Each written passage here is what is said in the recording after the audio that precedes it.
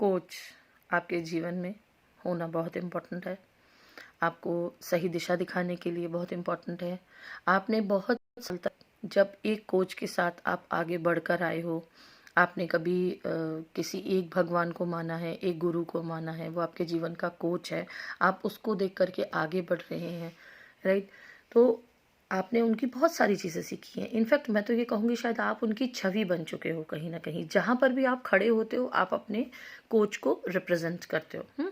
आपके चाल ढाल में, आपकी बॉडी लैंग्वेज में, सारी चीज़ों में आपका वो कोच का छव दिखाई देने लग जाता है।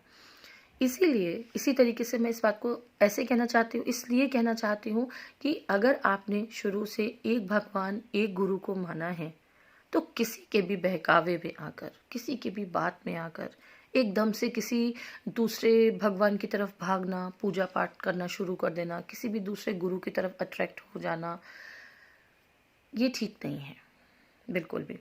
इससे होगा ये कि आपने पीछे जितना भी अपने आप को फ्रेम करने में और ग्रो करने में खुद को हेल्प करी है इतने साल में, उस कोच ने आपको, आपके ऊपर अपना टाइम इन्वेस्ट किया है, आपके गुरु ने आपको टाइम इन्वेस्ट करके यहाँ तक बनाया है, भेजा है।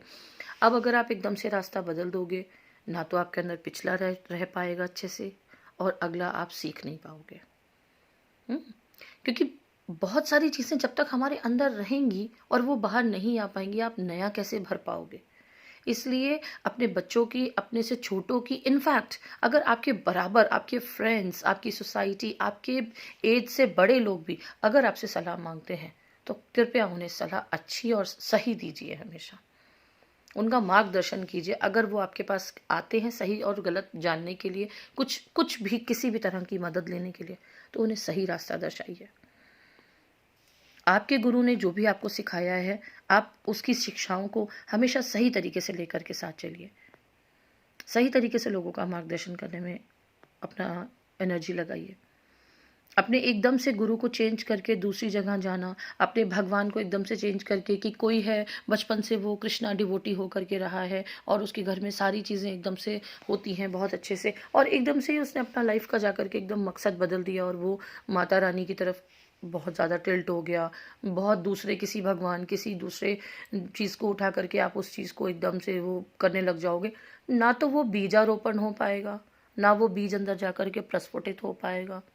ब्लूम होना तो बहुत दूर की बात है।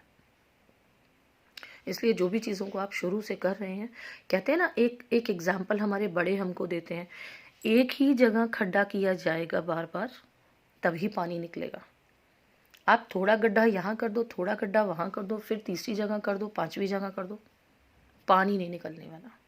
आप सिर्फ खड्डों के बीच में बैठ पाएंगे कि थोड़ी देर आपने यहाँ देख लिया, थोड़ी देर आपने वहाँ के देख लिया, थोड़ा सा आपने वहाँ से शिक्षा ले ली, थोड़ा सा वहाँ शिक्षा ले ली। वो शिक्षा आगे जा कर के ना आपको कुछ बड़ा दे नहीं पाएगी, कुछ बड़ा नहीं अचीव कर पाओगे आप। बस कहने का मकसद ये है। इसलिए अपने कोच को हमेशा बहुत मजबूती से थामे रखिए।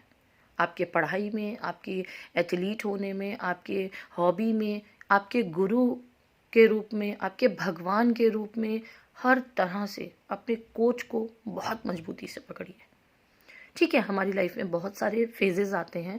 कभी इनफैक्ट ऐसा हो जाता है किसी किसी के साथ, तो मैं देखती हूँ कि वो 6 महीने तक अपनी लाइफ बिल्कुल चेंज कर चुका होता है। कोई एक ऐसा सीन आया उसकी लाइफ में कि वो 6 महीने तक अपने रूटीन से ही आउट हो गया, नहीं कर पा रहा वो सारी चीज़ें, ना उसका दिल लग रहा, ना उसका दिमाग लग रहा, ना उसे वो सब कंफर्टेबल लग रहा करने में।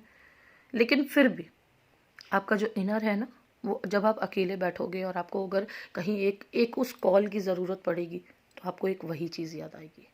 इसलिए, बस सिर्फ इसलिए मैं आपसे ये कह रही हूँ, अपने कोच को कभी अपने साथ मत छोड़िए। अपने उस कोच को हर पल आप अपने साथ महसूस कीजिए। आप डेफिनेटली एंड तक पहुँचोगे। Just believe me. जय श्री कृष्णा। नमः शिवाय।